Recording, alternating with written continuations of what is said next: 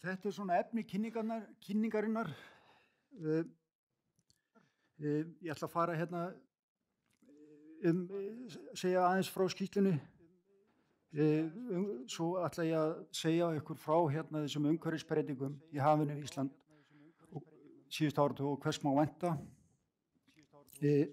Svo ætla ég að fara aðeins yfir svona ykkur að valdakafla breytingar í vistkerfinu sem við höfum verið að sjá samfara þessum umhverfisbreytingum síðustu áratuga, leggja svo mat á horfur næstu áratuga og segja svolítið svona rannsókn áherslu næstu ára miðað við það sem við höfum verið að draga fram hérna í þessari skýrslu.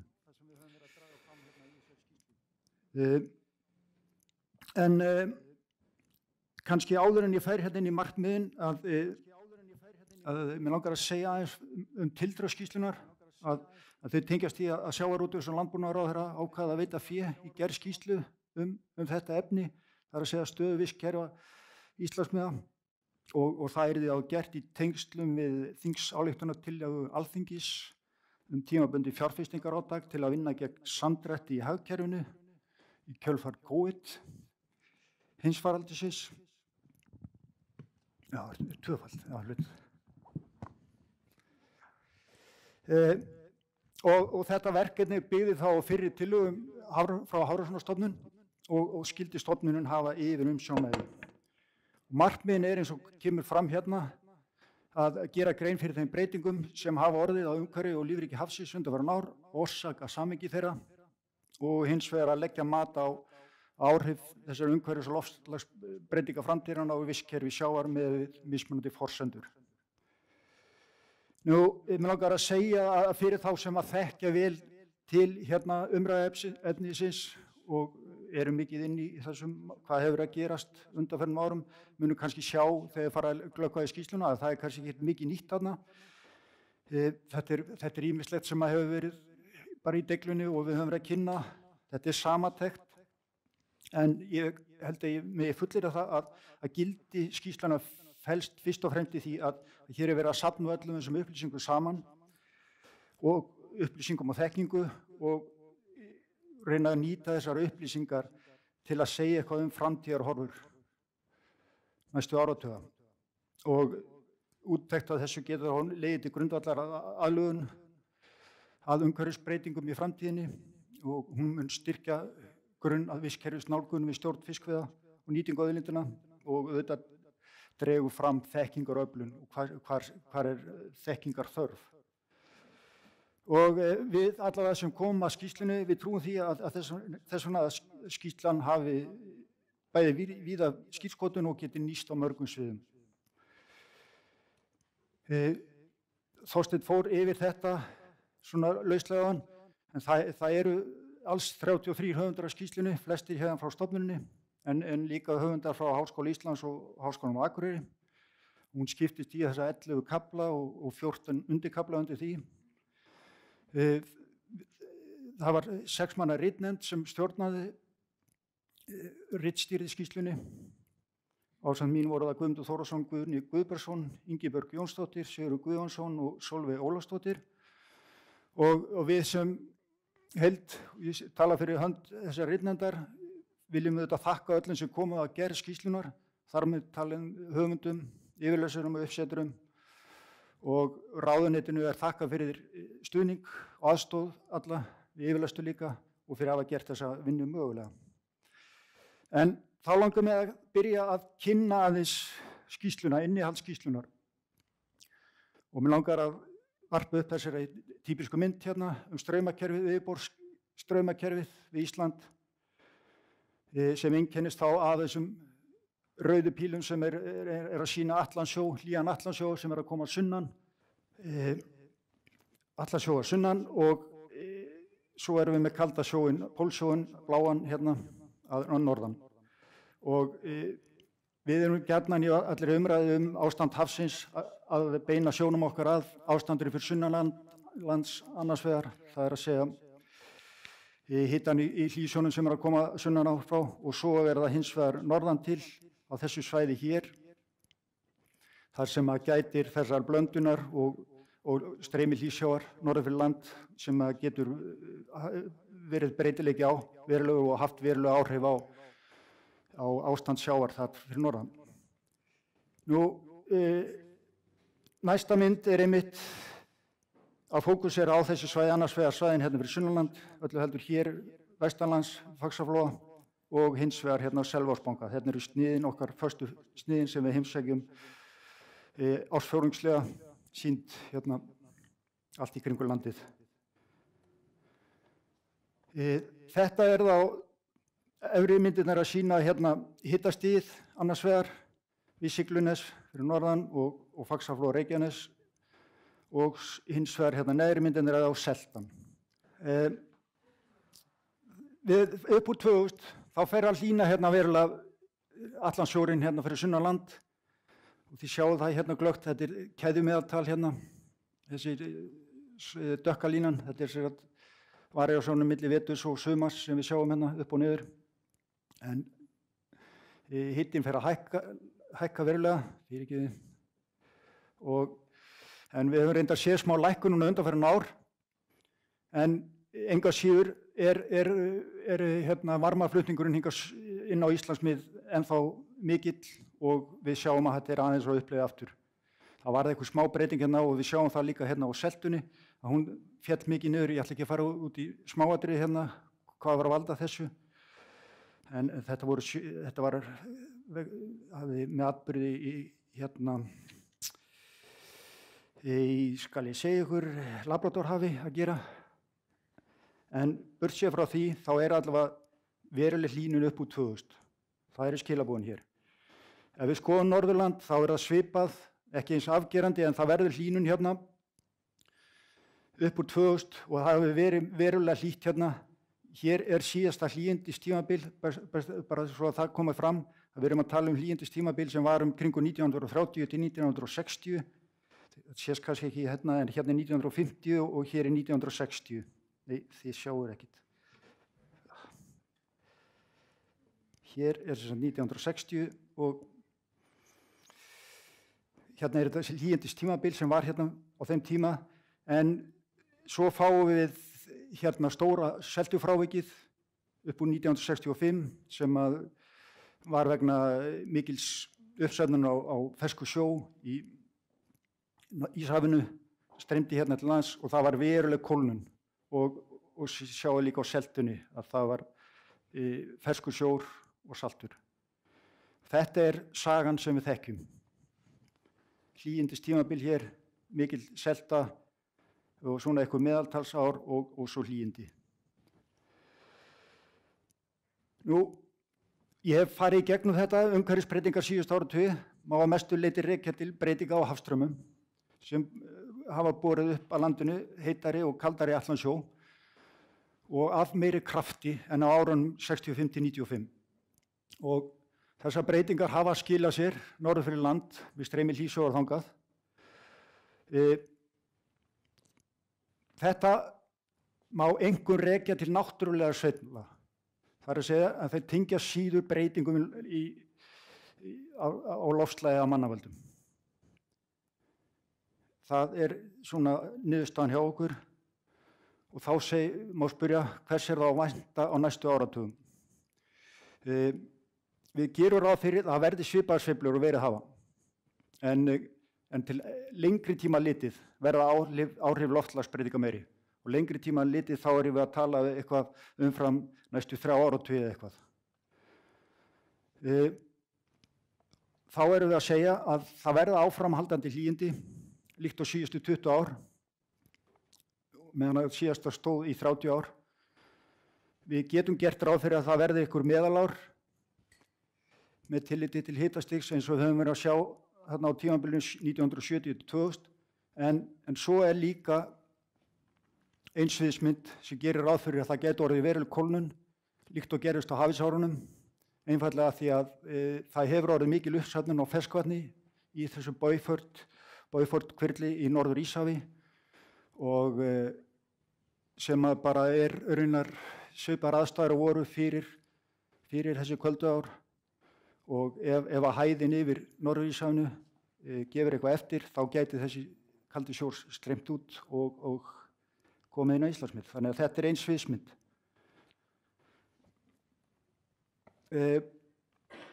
Nóg umhverfið eða öllu heldur eðlisfræði hafsins, núna aðeins efnafræði hafsins, súrnun sjávar og hvers má vænta. Þessar tvær myndir sýna annars vegar sýrustigi í hafinu vestanlands að vetri, rauðu, og svo norðanlands að vetri, og þetta yfir tímabilið, þið sjáu það örugglega ekki, en þetta frá 1980 til 2020. Lækkunin hefur verið þetta 0,1 á pH einingum á þessu tímabili og línulækkun. Útreikningar með líkunum benda til þess að yfirborðið heimshafana muni súrna þetta 0,1 eins og hefur lækkað núna til 0,4 til viðbótar í lok þessar aldar.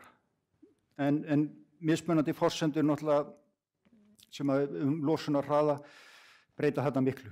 En þetta allavega sviðsmyndi sem við höfum, að það geti súrna verulega viðbót við það sem hefur verið. En hverjir eru þá líffræðilegar afleiðingar á súrnun sjávar? Þetta svona mynd, skematísk mynd sem á að sýna það að það koltvísýringur í andrúmsloftinu sem hafið tekur upp. Hafið getur tekið upp mikið á koltvísýring, en það þýðir að það verður hliðrun í efnajafnvægi karbónatkerfi sjávar með þeim afleiðingum að sýrustigið það lækkar, sem getur haft áhrif á bæði líffræðilega ferli í lífverum og alls konar afleiðingar. Og hins vegar líka að kalkmettunarstig, það lækkar líka og það ekkert síður alvarlegt, því að það getur hamlað framleiðslu kalks hjá kalkmyndandi þörungum, lífríki og skelfisk, kóralum og fleirum, og veldur því að þá að óvarið kalk leysist upp. Staða Íslands í þessu tilliti kannski eitthvað sem eftir að hugsa, við þurfum að taka tillit til, bæði vegna lágs hitastigs sjávar, lágrar kalkmettunar og hraðra breytinga. Og í því felst því verulegu ógn varðandi súrnun sjávar fyrir lífríkið og vistkerfi í hafinu við Ísland. Ég nefni nokkur mögulega áhrif að kalkmyndandi rauðþörungum gætu verið ógnað, vaxtarskilyrðum þeirra. Tegundasamsetning svifþörunga gæti breyst og þetta eins og ég sagði áðan, þetta ógn fyrir kalkmyndandi dýr, svo sem linddýr og skrápdýr. En það verður að geta þess að þetta byggt á rannsóknum, flestum erlendis frá og mikið af tilraunum. Og þær hafa sýnt að það mikill breytileiki í þessu, hvernig mismunandi dýr svara við mismunandi sýrustigi og kalkmettunarstigi. En allavega það veruleg þörf á frekari rannsóknum á þessu sviði. Nú langar mig að koma inn á aðeins þessar breytingar sem við höfum verið að sjá í vistkerfi hafsins samfara umhverfisbreytingum. Það nokkuð dæmi sem ég langar bara að taka fram og þið þekkið eflaust mörg af þeim, flest öll, en svo reyna að setja þetta í samhengi. Fyrsta sem ég nefni það breytingar á útbreiðslu loðnu. Það hafa orðið verulega breytingar fyrir og eftir 2000. Þetta mynd sem sýnir svona fæðuslóðina fyrir 2000 grænasvæðið og fæðufarið. Svo hins vegar útbreiðsla ungloðnu, uppeldissvæði fjólubláa og hrygningarsvæði sunnanlands og hrygningarganga með rauðu örunum. Þetta svona nokkurn veginn svo var fyrir árið 2000, en eftir árið 2000 þá hefur verið að sjá að það hliðrun á fæðuslóðinni vestur eftir og norður, og sama raunar með ungloðnuna. Uppeldissvæðið miklu sunnar og nær Grænlandi. Og ekki nóg með það, heldur höfum við verið að sjá aukna hrygningu norðanlands á þessu tímabili. þó að helst að megin hrygningarsvæði sé samt sem áður en sunnanlands. Nú, það er ekki bara útbreiðslan sem hefur verið að breytast, heldur líka afrakstur loðnustofnsins. Sýnið hérna mynd frá vísitölu ungloðnu, mælingar í leiðangrum. Hér er árið 2000 að við sjáum hérna á þessu árabili, þá voru háar vísitölur, en við höfum ekki verið að sjá samskonar nýliðun í stofninum síðan þetta gerist, þannig upp úr árið 2000. Reyndar með undantekningunni hérna í fyrra haust og vonandi verður eitthvað verulegt úr því. Og stofnstærðin er samkvæmt því, þessum nýliðunartölum, að stofnstærðin var miklu meiri hérna á þessum árum. Þetta er annars vegar hérna metin stærð hrygningarstofns, það er grænliðurinn, og svo er það aflinn sem leggst ofan á súlurnar hverju ári. En það verður allavega orðið veruleg breyting hérna með loðnu og við tengjum þetta mikið við hitastígsbreytingarnar. Makríll er önnur saga. Þessi mynd sýnir hérna útbreiðsluna, hvernig hún hefur verið að breytast, að stofninn fyrir að við förum að vara við makríll í íslensku lögsunni svona upp úr 2000-2005 er orðið eitthvað að ráði, 6. Og þá er þetta hérna fyrst og fremst, svo breiðir þetta úr sér. Í ljósgráa svæði er að sýna svona útbreiðsluna 2010 eins og hún var orðin. 2013 og 2015 til 2018 var þetta hámarksútbreiðslan. En svo fer hann að hopa austur á bóginn aftur. 2019 er þetta cirka svona og 2020 komið svipað far og var þarna fyrstu árunum. Og við vitum það að sögulega tengist viðvera makrílsins á Íslandsmiðum hlýindaskeiðum. Það hefur verið skoðað gögn með tilliti til þess. En ég vil bara taka fram að hærra hitastig per sé er kannski ekki að útskýra eitt og sér þessa aukningu útbreiðslu makríls til vesturs. Eitt og sér. Það eru margir samverkandi þættir sem eru þarna af áhrif og án þess að við getum sagt nákvæmlega hvað hefur mestu áhrif. En þá erum við að tala aldurssamsetningu og þetta nýliðunin í stofnin, fæðuframboð og fleira. Það hefur gengið misvel hjá hlýsjávartegundum. Við köllum hlýsjávartegundir sem eru með útbreiðslumörk til norðurs hérna, kannski við Ísland eða á svipaðri breiddargráðu. Ég er með 2 dæmi hérna. Það er annars vegar hérna nýliðun hjá sandsíli. Þetta er samkvæmt byggt á fjölda sandsíla í þorsk og ýsu og ufsamögum í Haustrali. Þetta er, held ég, 1998 að þá erum við að sjá sandsíli hérna víða, hérna töluvert hérna fyrir sunnan og vestan. Árið 2000 og þetta er smátt 8 held ég. Og þá er þetta orðið veruleg lækkun í þessu og þetta heldur áfram 2015 örlítið hérna í mögunum. En þetta er svona að við teljum að endurspegla svolítið stærð sandsílastofnsins að hann var fyrir verulegum skakkaföllum þrátt fyrir að vera svona fyrir hlýsjávartegund að hann gefur hérna verulega eftir. Þó að við verðum að sjá hérna 2019 að það er loksins eitthvað að braggast stofninn. Nú, spærlingurinn er hérna til hægri, það er hins vegar alveg þveröfugt við hann. Þetta er hlýsjávartegund líka, að hérna er hann í ralli, samkvæmt togarralli á vori, að 95 er hann fyrst og fremst hérna bundið við suðurströndina. Hann fer að færa sig vestar eftir því sem árið líða 2005 hérna og 10, 15 og 2020. Þannig er dæmi tegund sem hefur vegnað betur eftir að fór að hlýna hérna í hafinu. Nú, nokkur orð þorsk. Þorskakaflinn hefur hérna, eins og gefur að skilja, mikið vægi í þessari skýrslu og ýmislegt fróðlegt þar að sjá. Ég ætla bara að nefna nokkra hluti hérna. Það sem við höfum verið að sjá með þorskinu alltaf er að hann hefur verið á uppleið hérna upp úr 2010 þegar var hlýna, en hins vegar fyrst og fremst sennilega vegna að það var dregið verulega úr veiði hlutfalli. Þið sjáu það hér. Við viljum fyrst og fremst kenna því að stofninn fór upp á við. Að þakka fyrir það að stofninn fór upp á við allu heldur. En mikilvægt samt að benda á að það hafi ekkert verið að koma sterkir árgangar inn í stofninn á núverandi hlýjandaskeiði. Og þessi mynd að sýna nýliðun og 30 ára.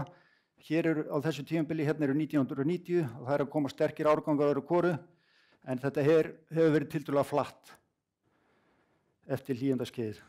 Og þá erum við að velta því fyrir okkur á hverju það stórir árgangar á síðustu öld tengdust oft að árgangar voru alast upp í Grænland og á núverandi hlýjandaskeiði þá öllum skilurum fyrir slíku raunar uppfyllt nema kannski það að vanti seiðið þangað en allavega með tilliti til hitastigs þá virðast vera uppfyllt en það hefur ekki gerst ennþá.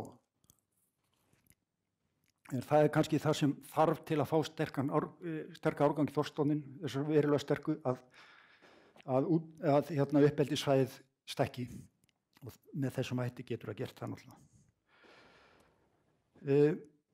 Smá ísuna og skötusel, við höfum séð hliðrun og aukna útbreiðslu til norðurs hjá mörgum botnfiskategundum við þessar hlýnun undanfarin ár. Þetta svolítið flókið mynd hérna með ísuna, en örvarnarærurinn að sýna, við erum með suður, norður, vestur og austur og þetta raunar sýna mesta magn í leiðangrunum. Þetta svona, indikasjón á megin dreifingu ísunar. Að hún var hérna sunnanlands að meðaltali, mest hérna á þessu árabili 85-2001. Þegar örvarnar eru styttar, það styttri, það þýðir það raunar það jafnvægi, hún svona jafndreið allt í kringum landið, en svo á þessum 2009-2020 þá þetta komið hérna norður fyrir land verulega. Þá erum við að sjá meiri, raunar hlutfallslega meiri af ísu fyrir norðanland en sunnan, mörg árana.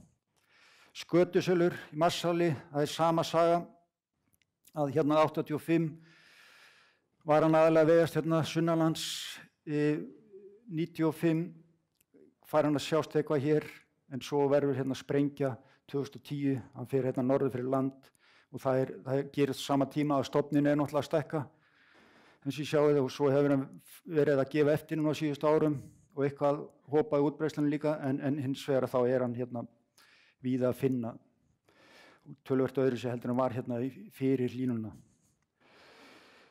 Og hérna eru myndir sem sýna stofnstærð breytingar í humri og hörpudisk og mér langaði bara að sýna það svona sem dæmi viðbrögð við hlýnun sjávar eru oft óútreiknanleg. Við erum að tala hérna hlýsjávartegund þar sem Ísland við norðurmörk útbreiðslu svæðisins. Vissulega hérna upp úr 2000 og þá verður einhver breyting hérna, jákvæð breyting í stofnstærð en síðan þá hefur bara verið hrun í stofninum, engin nýliðun og þetta erum við að sjá með svona típiska hlýsjávartegund þrátt fyrir þessa hlýnun og kannski áttum ekki alveg á því, en svo það hérna hörpudiskurinn hins vegar að hann hefur verið á þessar niðurleið frá 2020 og þetta náttúrulega samfara, ég legg áherslu á að þetta gerist samfara umhverfisbreytingum en það ýmislegt sem bendir til þess að þetta hefur verið tengt hérna sníkjudýrasýkingum og fleira, þetta hrun í hörpudisstofninum, en engu að síður hann hefur ekkert verið að ná sér upp hérna á þessu hlýjandaskeiði sem kannski eitthvað sem við myndum vænta að þetta kaldsjávartegund og ætti vera. Nú lokum hérna minnkandi stofnar lykilfæðutegunda og þá ég að hugsa sandsíli og loðnu, þau hafa náttúrulega víða áhrif á vistkerfið. Hérna vinstra megin við ykkur líka, það hérna stofnstærð, lífmassi hvala á landgrunni Íslands, mat á þeim og ég fókusera hérna á hrefnuna, appelsínugulliturinn, að upp úr 2001 þetta í töluverðu magni hérna, sérstaklega vestan til Faxaflóa og fleiri stöðum eins og þekkið. En það hefur orðið verulega breytingar á síðustu árum og sjá miklu minna hrefnu. Hnúfubakurinn hefur hins vegar aukist að verulegu leyti, en ef við fókuserum á hrefnu, þetta er dýr sem að étur mikið meira hérna af sandsíli. Hefur örugglega verið treyst á sandsíli hérna í flóunum. Við sjáum líka svipaða sögu með marga sjófuglategundir. Þessi mynd sýnir hérna stofnþróunina, viðmiðunina árin eru þetta frá 1980-90 og til 2005-18. Þetta er svona misjafnt milli tegunda, hvenær voru taldar og slíkt. En þróunin er yfirleitt niður á við fyrir flestar allar tegundirnar. Við erum að tala um 80%, 12% fækkun. Það eru vissu 3 fuglategundir sem hafa fjölgað. Það er meðal súla til dæmis sem hefur notið góðs af makrílum til dæmis og síld við Ísland. En helsta fæða allra þessara tegunda er raunar sandsíli, sérstaklega þegar á varptímanum og reiðir á sandsílið til að fæða ungana, en eins loðnu líka. Nú, aðeins fiskeldið. Það er einn kafli sem fjallar áhrif sjávarhita á fiskeldi við strendur Íslands. Hlýnun sjávar hefur vissulega, undanfarna áratugi hefur vissulega skapað tækifæri til eldis í sjó við Ísland. Hingað til hafa vetrarkuldar verið megin vandamálið. Þetta hefur hitastig sjávar að sumri líka áhrif varðandi vaxtarhraða alltaf, en vetrarkuldarnir hafa verið megin vandamálið. Og þetta er myndir hérna sem sýna hérna hita við strönd, rauða hérna Arnarfjörður, Æði ljósbláa og Stöðvarfjörður svarta línunar. Og þetta er á 90 til 2020 og það sem ég kannski fyrst og fremst fókusera á hérna að hérna ferlarnir hérna niður á við, þeir eru ekki að ná eins langt niður, tíðni kaldra vetra er mun minni hérna á þessu hlýjandi tímabili og það er kannski fyrst og fremst það sem er að hjálpa til við að eldi er fýsilegu kostunum á Ísland og verði áframhaldandi hlýnun þá mun það bara hafa áhrif á laxeldi teljum við, meðan að veruleg lækkun á sjávarhita gæti haft mun alvarlegri afleiðingar. Nú, hverjar eru þá horfur næstu áratuga varðandi lífríkið? Eins og ég rakti áðan þá umhverfissveiflur næstu áratuga eru taldar verða sambærilegar við það sem verið hefur á undanförnum árum. Við erum ekki að sjá neina koltsteypur en eitt slíkt. Tegundar, koltsteypur, nema þá að við fáum þetta kalda sjó sem við getum ekkert útilokað. Það verður vissulega koltsteypa. En engu að síður, þetta er allt sem við þekkjum frá fortíðinni. Nú, tegundir eru aðlagaðar að umhverfi sínu og bregðast við breytingum á misjafnan og oft ófyrirsjáanlegan hátt, eins og ég hef verið að reyna að rekja hérna. Við höfum verið að sjá breytingar á stofnstærð tegunda, en þær eru ekki eingöngu svörun kannski við breytingum á umhverfisaðstæðum per sé, heldur getur verið samspil við aðra þætti innan vistkerfina, bæði þá breytingum með afráni, samkeppni, þéttleiki og slíkt. Þannig að spá okkar er að breytingar og sveiflur í lífríki sjávar næstu áratugi verði í megindráttum sambærilega við það sem við þekkjum frá fyrri áratugum. Þannig að það er ekki það er það sem besta sem við getum sagt. Það verður ekkit, gerum ekki ráð fyrir einhverjum stórum breytingum. Allavega innan þess sem við þekkjum. Nú bara nokkur áhersluatriði varðandi rannsóknir. Eins og ég sagði, þá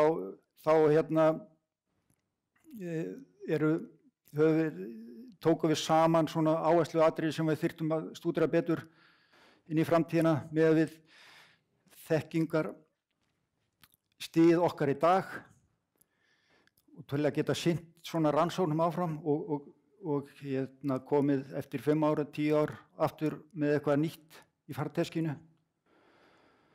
Við þurfum, og hérna bara nokkur atriði sem ég nefni, það mjög lengri listi, en allavega við þurfum áframhaldandi vöktun á ástandi hafsins, sjómælingar, líkanagerð fyrir grunnsævi og frekari rannsóknir á breytileika helstu straumakerfi í kringum landið.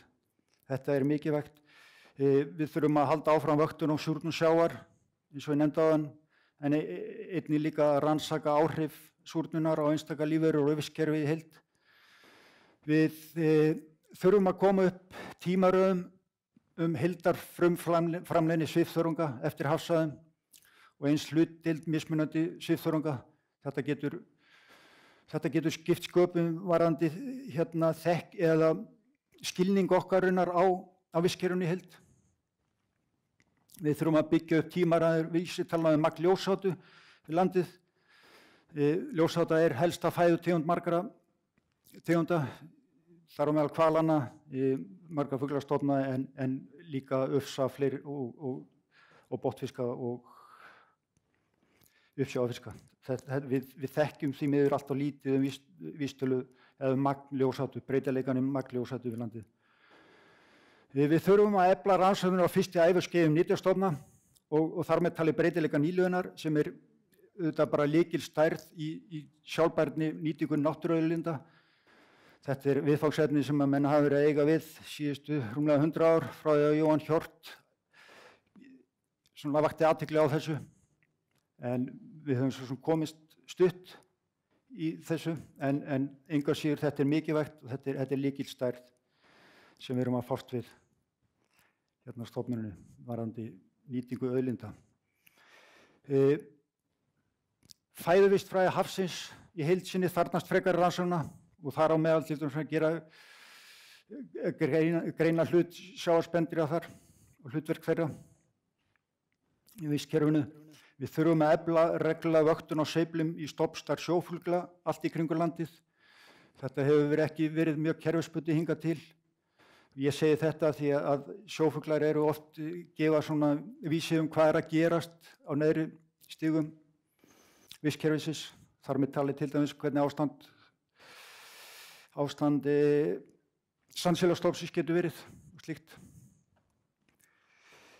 Svo náttúrulega alþjóðasamstarf og samstarf stofnana innanlands mjög mikilvægt í rannsóknum á svona hnattrænum breytingum. Við þurfum að leggja áherslu á það.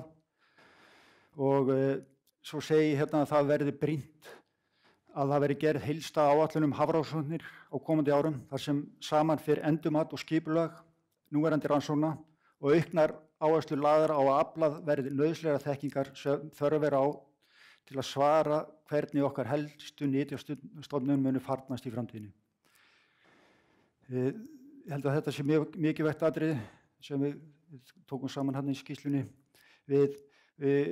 og svo náttúrulega að lokum hérna umhverfis og vistkerfisvöktun og öflugar hafrannsóknir eru forsenda sjálfbæra nýtingar á okkar sjávarauðlindum inn í framtíðina og því þjóðhagslegar mikilvægar og stjórnvöld verða því að sjá til að fjárveitingar dugi til þess. Þetta var svona það sem ég vildi segja þessa skýrslu. Ég bara hvet ykkur til að sækja hana á netinu og lesa hana og bara vonaði njótið lestuðsins. Takk fyrir.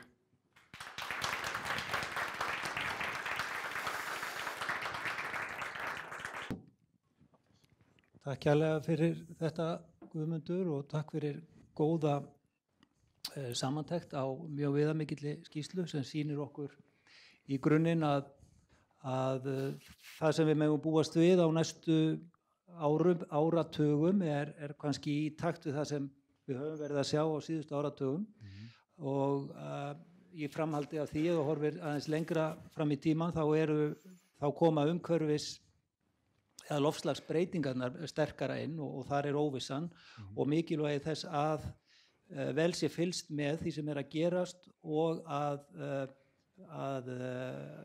það sé farið að við fókuserum þá á kannski breytum áherslum til þess að reyna að sjá betur hvernig við getum lært að skilja tengsl breytingarna og þá erum við að horfa til lengri tíma á nytjastofna og umhverfið allt. Þannig að þetta er mjög mikilvægur þáttur og bara til þess að nefna það, þetta skjal sem hér er komið verður mikilvægt innlegg í þá stefnumótun sem við þurfum að fara og erum að fara í á næstu mánuðum og þannig að ég sé þetta sem alveg sko gulls í gildi í þeirri vinnu líka.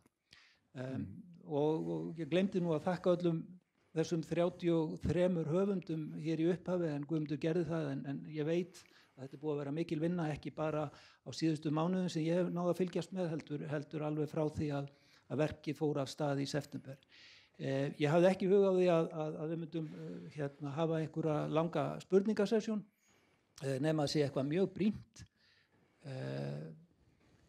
Heldur getum við tekið samræðurnar hér á eftir þegar við verðum orðin laus frá netinu ef það er eitthvað brýnt svona í spjalli en mig langaði að gefa Kristjáni Þór Júlíussyni sjávarútvegs- og landbúnaðarráðherra orðið og með þeim kannski orðum erum við að afhenda honum skýrsluna sem var unnin að hans beiðni.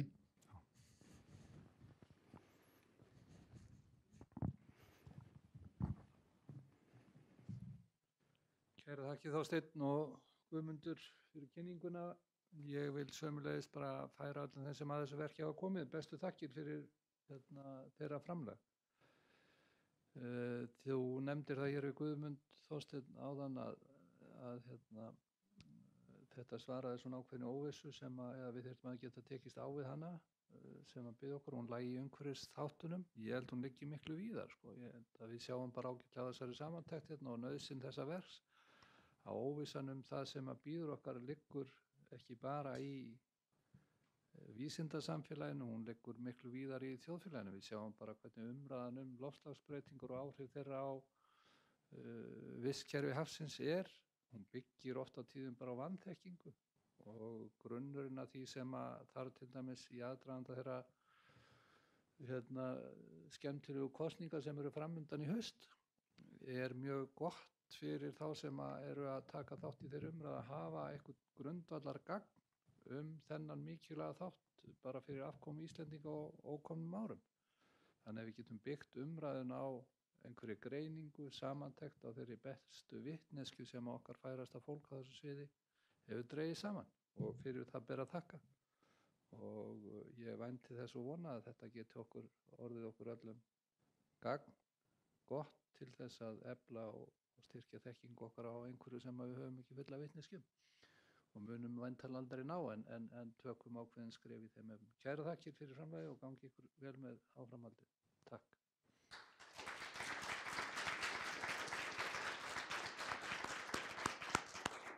Takk fyrir þetta Kristján og með þessum orðum þakka ég ykkur sem hér voru í salnum fyrir komuna og þeim sem fylgdust með okkur á YouTube-rásinni kærlega líka fyrir og segi þessari kynningu lokið. Takk fyrir.